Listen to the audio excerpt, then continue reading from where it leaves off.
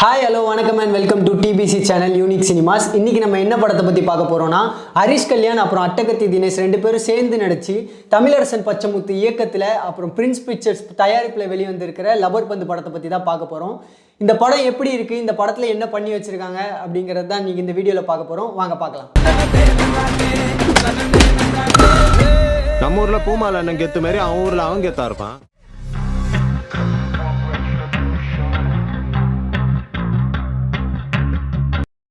இந்த படத்துடைய ஒன்லைன் பற்றி பார்த்துடலாம். இந்த படத்தில் ஹரிஷ் கல்யாண் வந்து அன்புங்கிற ஒரு கேரக்டரில் பண்ணியிருக்காரு. அவங்க ஊரில் வந்து ஜாலி பாய்ஸ்னு ஒரு டீம் இருக்காங்க. அந்த டீமில் போய் அந்த அன்புக்கு வந்து விளையாடணும்னு ரொம்ப ஆசை. ஆனால் வந்து அந்த டீமில் யாரையும் சேர்த்துக்க மாட்டாங்க, அன்பை சேர்த்துக்க மாட்டாங்க. ஏன்னா வந்து அன்பு லோவர் கேஸ்ட்டில் இருக்கிறவங்க, அதனால அப்படி சேர்த்துக்க மாட்டாங்க. அன்பு போய் அந்த டீமில் விளையாடினாரா இல்லையா அப்படிங்கிறது தான் இந்த படத்துடைய ஒன்லைன். நம்மால் வந்து கெஸ்ட் பிளேயரு, இவன் திறமையை நம்பி எந்த டீம் கூப்பிடுதோ அந்த டீமுக்கு விளையாடுவாப்ல. இந்த படத்துடைய பாசிட்டிவ்ஸ் பற்றி பார்த்துடலாம். இந்த படத்துடைய ஃபர்ஸ்ட் பாசிட்டிவ் என்னன்னா, இந்த படத்துடைய கேஸ்டிங் தான். ஏன்னா வந்து இந்த படத்தில் யாரெல்லாம் நடிச்சிருக்காங்கன்னா, ஹரிஷ் கல்யாண், அட்டகத்தி தினேஷ், சுவாசிகா, சஞ்சனா, அப்புறம் பாலசரவணன், இந்த மாதிரி நிறைய பேர் நடிச்சிருக்காங்க. எல்லாருமே ரொம்ப சூப்பராகவும் நடிச்சிருக்காங்க. கிரிக்கெட்டை விட காதல் பெருசா போயிடுச்சு. ஃபர்ஸ்ட் நம்ம ஹரிஷ் கல்யாணை பற்றி பார்த்துடலாம். ஹரிஷ் கல்யாண் வந்து இந்த படத்தில் அன்புங்கிற ஒரு கதாபாத்திரத்தில் பண்ணியிருக்காரு. ரொம்பவே சூப்பராக பண்ணியிருந்தார். ஏன்னா வந்து அவர் எவ்வளோ ஃபேரான லுக்கு, ஒரு மாதிரி மாடல் மாதிரி இருப்பார். இந்த படத்தில் போய் பார்த்தோன்னு வைங்களேன், ரொம்ப ஊர் சைடில் இருக்கிற மாதிரி ரூரலாக அந்த பேட்டை எடுத்துக்கிட்டு அந்த ஜெர்சியை போட்டுக்கிட்டு ஒரு மாதிரி செருப்பு போடாமல் அந்த புழுதியில் விளையாடிக்கிட்டு ஊர் சைடில் உள்ளவங்கள மாதிரியே நம்மளே நம்ப வச்சுருப்பாங்க. அந்த கதாபாத்திரத்தை நம்மளுக்கு ரொம்பவே பிடிச்சிருக்கும். நம்மால் வந்து கெஸ்ட் பிளேயரு, இவன் திறமையை நம்பி எந்த டீம் கூப்பிடுதோ அந்த டீமுக்கு விளையாடுவாப்ல. அப்புறம் வந்து அட்டகத்தி தினேஷ் வந்து இந்த படத்தில் கெத்துங்கிற ஒரு கதாபாத்திரத்தில் பண்ணியிருப்பார்.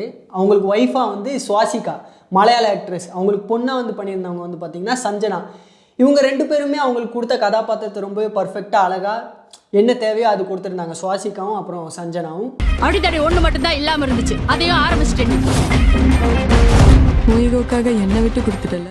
அப்புறம் அட்டகத்தி தினேஷ் இந்த படத்தில் வந்து கெத்துங்கிற ஒரு கதாபாத்திரத்தில் பண்ணியிருந்தார். ரொம்பவே சூப்பராக அழகாக பண்ணியிருந்தார். ஏன்னா வந்து இந்த படத்தில் அவருடைய லுக்கு அப்புறம் மேனரிசம் இதெல்லாம் ரொம்பவே சூப்பராக இருந்துச்சு. மற்ற எல்லாரையும் விட இந்த கேரக்டர் வந்து எனக்கு ரொம்பவே பிடிச்சிருந்தது. இதுக்கு முன்னாடி அட்டகத்தி தினேஷ்னு கூப்பிட்டுட்டு இருந்தவங்கலாம் இப்போ கெத்து தினேஷ்னு கூட கூப்பிட வாய்ப்புகள் இருக்குது. அந்தளவுக்கு இந்த படத்தில் ரொம்பவே அழகாக பண்ணியிருந்தார். நீங்கள் படம் போய் பாருங்கள், உங்களுக்கு கண்டிப்பாக நல்லாயிருக்கும், பிடிச்சிருக்கும். உனக்கு அவனை பிடிக்குன்னா உன்னோட வச்சுக்க, என் கூட சேர்த்து பேசுறதெல்லாம் வச்சுக்காது. இப்படி அடிச்சாரு அப்படி அடிச்சாருன்னு சொல்கிறல்ல, என்னைக்கா அந்த அண்ணா ஆஃப் சைடு வச்சு பார்த்துருக்கியா? அப்புறம் இந்த படத்துடைய இன்னொரு ப்ளஸ் என்னன்னு கேட்டிங்கன்னா, இந்த படத்துடைய ரைட்டிங் தான். ஏன்னா வந்து இந்த படத்துடைய ரைட்டர் யாருன்னு கேட்டிங்கன்னா, இந்த படத்துடைய டேரக்டர் தான். அதாவது நம்ம தமிழரசன் பச்சைமுத்து. இதுக்கு முன்னாடி வந்து நெஞ்சுக்கு நீதி அப்புறம் இன்னும் சில படங்கள்லாம் ரைட் பண்ணியிருக்காரு. இந்த ரைட்டிங் தான் இந்த படத்துடைய ரொம்ப பெரிய ப்ளஸ்னே சொல்லலாம். ஏன்னா வந்து ஒரு இடத்துல வந்து படம் அப்படியே டவுன் ஆகுற மாதிரி போகும், டக்குன்னு எங்கேஜ் ஆயிரும். ஏன்னு கேட்டிங்கன்னா, இந்த படத்துடைய ரைட்டிங்னால தான் அந்த சில சீன்லாம் டவுன் ஆகும்போது கூட அப்படியே நமக்கு எங்கேஜ் ஆகி கூப்பிட்டு போயிடுது. முதல்ல மேட்ச்ல அவனை ஓட விடணும்.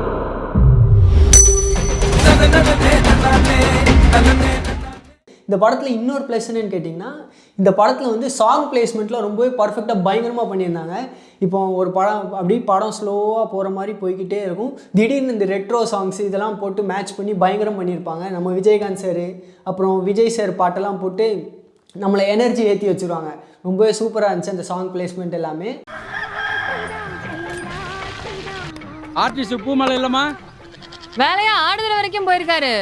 அப்புறம் இன்னொரு விஷயம் என்னென்னா, இந்த படம் போடுறதுக்கு முன்னாடி டிஸ்க்ளைமர்லாம் போடுவாங்கல்ல, நான் தான் முகேஷ், இந்த அதாவது புகை பிடிக்கக்கூடாது இதெல்லாம் போட்டிருப்பாங்கல்ல, அது வந்து அந்த அந்த கிளிப்பிங்கை வச்சு ஒரு சீன் வரும் படத்தில்.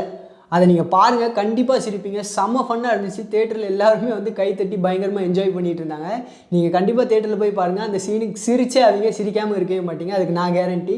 போய் பாருங்கள். சரி உண்ணா, உன் மேலேயும் தப்பு இருக்குது, என் மேலேயும் தப்பு இருக்குது. ரெண்டு பேரும் மாற்றி மாற்றி மன்னிப்பு கேட்டுப்போம்.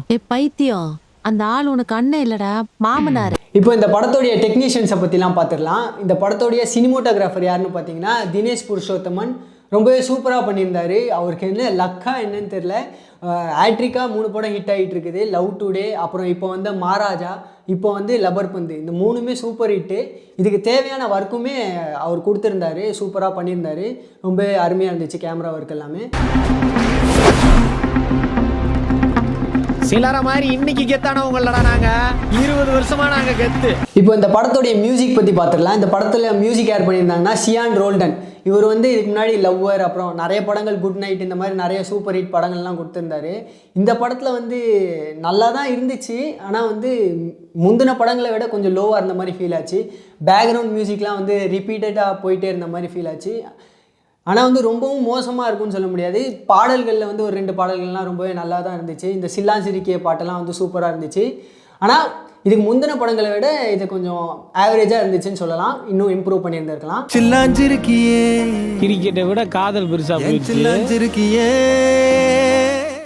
இந்த படத்தோடைய நெகட்டிவ்ஸ் பற்றி பார்த்துடலாம். இந்த படத்தில் நெகட்டிவ் என்னென்னா, அட்டகத்தி தினேஷும் ஹரிஷ் கல்யாணும் வர அந்த ஈகோ கிளாஷ் ஃபைட் சீன்லாம் வந்து இன்னுமே நல்லா பெட்டராக எடுத்துருந்துருக்கலாம். ஏன்னா வந்து பார்க்கிங் படத்தில் எம்எஸ் பாஸ்கரும் ஹரிஷ் கல்யாணும் ஃபைட் பண்ணுற சீன்லாம் நமக்கு என்னடா இவனுக்கு இப்படி சண்டை போட்டுட்ருக்கானுங்க நம்மளுக்கு ஒரு ஃபீல் வரும். இந்த படத்தில் அந்த மாதிரி பெருசாக நமக்கு கனெக்ட் ஆகலை. இன்னுமே பெட்டராக எடுத்திருந்தா நல்லா இருந்திருக்கும். ஒரு திறமைக்காரன் இன்னொரு திறமைக்காரனை ஒத்துக்கிட்டதா சரித்திரமே இல்லைல்ல. இன்னொரு நெகட்டிவ் என்னென்னா, இதுக்கு முன்னாடி சொன்ன மாதிரி மியூசிக் அதுவும் இன்னும் பெட்டராக பண்ணியிருந்திருக்கலாம். அப்புறம் இந்த மாதிரி தேடி தேடி தான் நெகட்டிவ் சொல்கிற மாதிரி இருக்குது. பெருசாக இந்த படத்தில் எந்த ஒரு நெகட்டிவ்ஸுமே இல்லை. மேட்சுக்கு போகும்போது அந்த அண்ணன் கண்டிப்பாக பிரச்சனை பண்ணுவாப்புலன்னு தோணுது. என்ன பண்ணிட்டோம், நம்ம பண்ண மாட்டோமா பிரச்சனை? இந்த படம் வந்து கமர்ஷியலாக அப்புறம் என்டர்டெயின்மெண்ட்டாக மட்டும் இல்லாமல் சொசைட்டிக்கு தேவையான பாலிடிக்ஸ் இதெல்லாம் வந்து ரொம்பவே நல்லா சொல்லியிருந்தாங்க. அதாவது வந்து கருத்தூசி போடுற மாதிரி இல்லாமல் கதை போக்கிலே தேவையான விஷயங்கள்லாம் ரொம்பவே நல்லா அழகாக சொல்லியிருந்தாங்க. இந்த படம் வந்து 2024 வந்த நல்ல படங்களில் இந்த படமுமே ஒரு லிஸ்ட்டில் வந்து சேரும்னு நினைக்கிறேன். ரொம்பவே சூப்பராக இருந்துச்சு. கண்டிப்பாக ஒரு வாட்டி தேட்டரில் போய் பாருங்கள், என்ஜாய் பண்ணுவீங்க.